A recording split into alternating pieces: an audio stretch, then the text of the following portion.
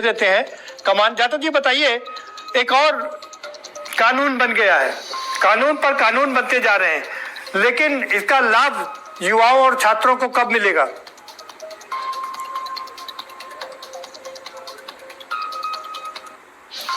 शांत प्रकाश जी अपने आप को अनम्यूट कर लीजिए।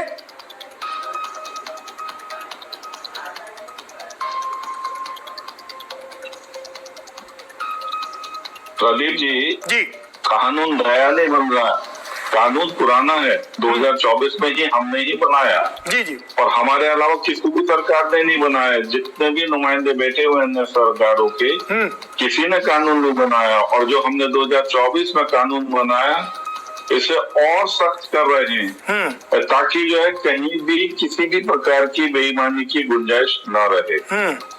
खरीदने वाले की भी जिम्मेवारी होगी और बेचने वाले की भी जिम्मेवारी होगी, और दोनों को ही सख्त सजा का दंड भुगतना होगा यदि वो लिप्त होते हैं तो।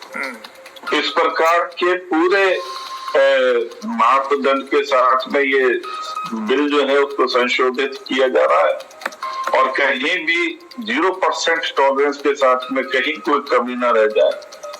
भारतीय जनता पार्टी मोदी जी के नेतृत्व में एनडीए हमारी सरकार जो है इस बिल को लाई है, और आज मुझे लगता है कि ये पास हो जाएगा।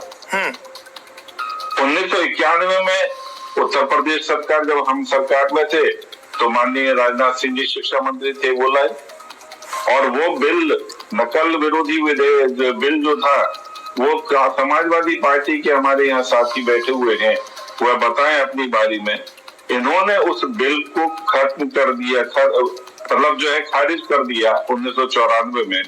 और जो बच्चे, जो मेहनतकश बच्चे मेहनत करके पास होते थे, वहां पर किताब हाथ में दे दी गई नकल करने के लिए समाजवादी पार्टी ने।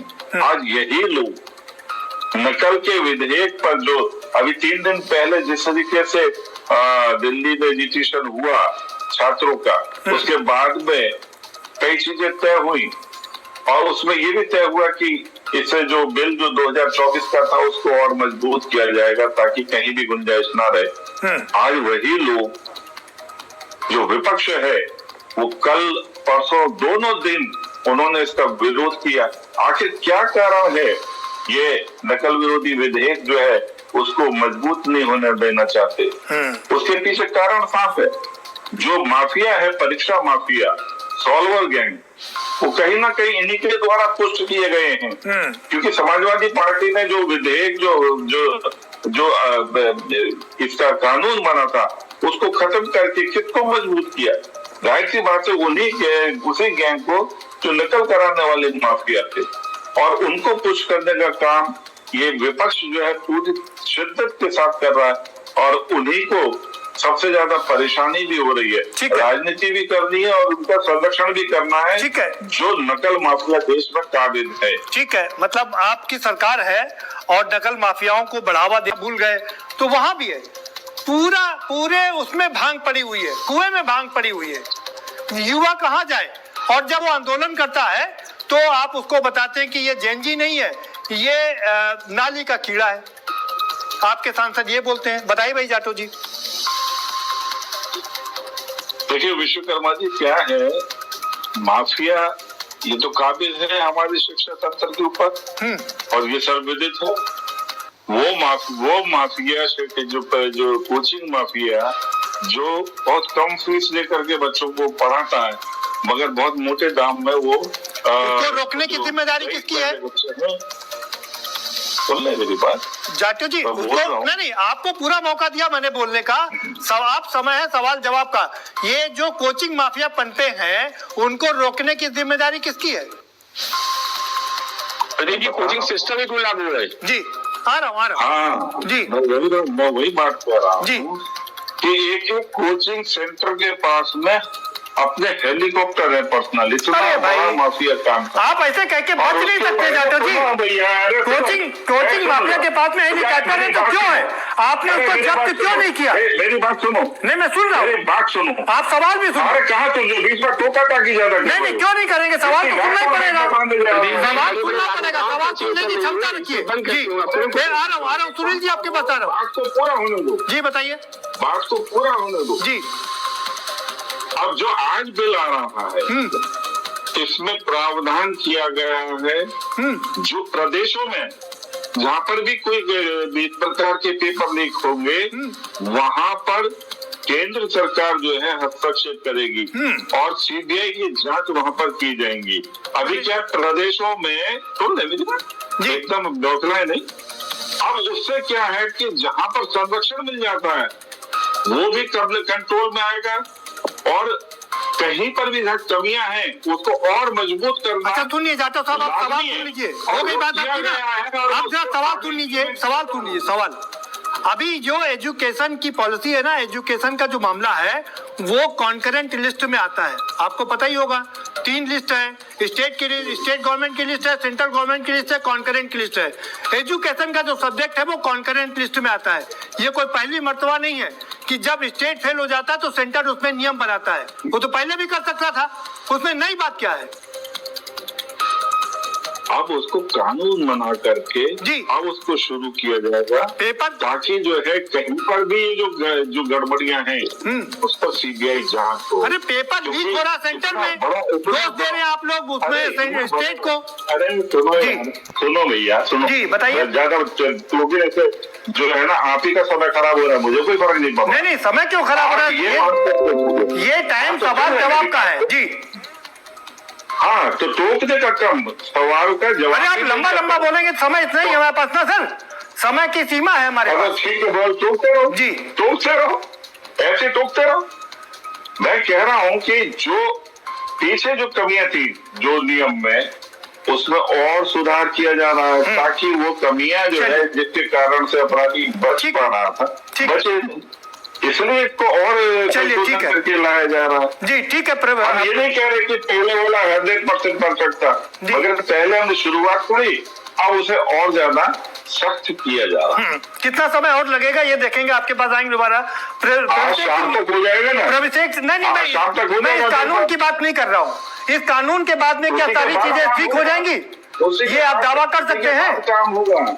प्रभुशेख सिंह जी बताइए, कानून को और सख्त किया जा रहा है और उम्मीद की जा रही है कि शामिल है।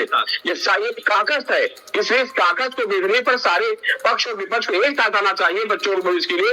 आपके बच्चे हमारे बच्चे हैं, जो इस तरह माफिया हैं उनके खिलाफ आप एकजुट हो जाइए, वहाँ राजनीति कीजिए, तभी ये माफिया कागज गलत होगा। चर्चा होती रहेगी। आप राजनीतिक पार्टियों से कैसे उम्मीद कर सकते हैं कि वो राजनीति नहीं करेंगे? राजनीति करने के लिए उन्होंने पार्टी बनाई है, राजनीति ही करेंगे। चलिए ठीक है जी, राजनीति करें, अच्छी बात है, बच्चों के भविष्य के साथ राजनीति किसी लिए होनी चाहिए, वो बच्चे आप तो जी। संत प्रकाश जाटव जी आप बताइए भाई, फाइनल कमेंट आपका क्या आपको यकीन है, आप यकीन से कह सकते हैं कि अब इतने कड़े कानून बन गए कि अब पेपर लीक नहीं होगा? देखिए जिस तरीके से आज संशोधन विधेयक जो है परीक्षा प्रणाली पर जो रखा गया है, मैं मान करके चलता हूँ जिस तरीके से इसमें शर्तें हैं और जो मानक तय किए गए हैं, उसके बाद में शिक्षा प्रणाली में जो ये तमाम तरीके की जो नकल की जो घटनाएं हो रही हैं, इस पर अंकुश लगेगा।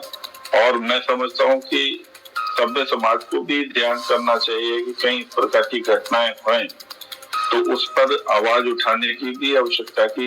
अमुक इंस्टीट्यूशन जो है वो पेपर चोरी कर रहा है, क्योंकि पेपर चोरी करने वाला, जो प्रोवाइड करने वाला, खरीदने वाला, ये दोनों ही नहीं, साथ में हमारे बच्चों का भी भविष्य के कारण से जो है परेशानी में आता है। तो नहीं, आप ये ठीक है, आप क्या ये विश्वास दिला सकते हैं कि आइंदा पेपर लीक नहीं होगा? मैं ये मान करके चलता हूँ कि इस कानून को संशोधन होने के बाद में काफी गिरावट आएगी, काफी बेहतर होगा शिक्षा व्यवस्था। चलिए आपकी एक बात का जवाब दे दूं, आपने कहा नकल विरोधी कानून समाजवादी पार्टी ने खत्म कर दिया था और राजनाथ सिंह जी ने नकल विरोधी कानून बनाया था। वो इतना कड़ा कानून था कि छोटा सा बच्चा अगर उसके पास से पर्ची मिले या ना मिले हो रहा था जी, बच्चों को प्रति जी भविष्य बर्बाद हो रहा था। हाँ। जैसे इतने नीट के बच्चे आपस में लिखने का भविष्य क्यों चौपट किया जाए? मुझे मालूम है, और मैं भी उत्तर प्रदेश में ही रहता हूँ जी। क्या मुलायम सिंह जी ने उसको खत्म किया, उसको सुधार भी तो किया जा सकता था। अरे आप ये बता दीजिए मुझे, आप शांत प्रकाश जी आप एक बात बता दीजिए, आपके घर का बच्चा अगर आपकी जेब से 10 रुपए ले जाता है तो क्या आप उसके खिलाफ FIR लिखा देते हैं? वही बात कह रहा हूँ कि अगर मुलायम सिंह यादव जी को लग रहा था जी या उनके पास उस प्रकार की बातें आई जी, तो उसमें सुधार करने की आवश्यकता थी। अब आप एक बात बताइए। नहीं, आप मुझे दूसरी बात बता दीजिए, समय कम है, माफ करिएगा शांत प्रकाश जी, समय कम है, मुझे एक बात और बता दीजिए। मुलायम सिंह जी के बाद में, सुन लीजिए सवाल सुन लीजिए, मुलायम सिंह जी के बाद में आपके तमाम और मुख्यमंत्री हुए थे, उन लोगों ने इसको लागू क्यों नहीं किया? मुझे तो ये बताओ कि उन्होंने खत्म क्यों किया? तो आपके मुख्यमंत्रियों ने लागू क्यों नहीं किया? हमने अगर इतनी अच्छा था तो मिसाल शुरू की थी, हमने एक मिसाल शुरू की थी, हमने कांड किया था। कहावत है वहाँ क्यों नहीं खत्म हुआ, ये तो कोई तर्क नहीं हुआ। जी हाँ, क्यों? और समाजवादी पार्टी के अलावा क्यों कांग्रेस ने नहीं बनाया? कांग्रेस बनाती। चलिए, कांग्रेस ने तो पिछले 70 वर्ष में तमाम के भी मंत्री बने और तमाम सरकारें भी बनी, उसके बावजूद उन्होंने कभी नहीं बनाया। चलिए ठीक है, हो गई। प्रवेश सिंह जी बताइए, आप अभी आप अगर संतुष्ट नहीं तो चर्चा में क्यों गए? चर्चा तो कर रहे हैं ना, चर्चा करना अच्छी बात है और कोई ना कोई समाधान तो निकलेगा ही। अब क्या समाधान निकलेगा?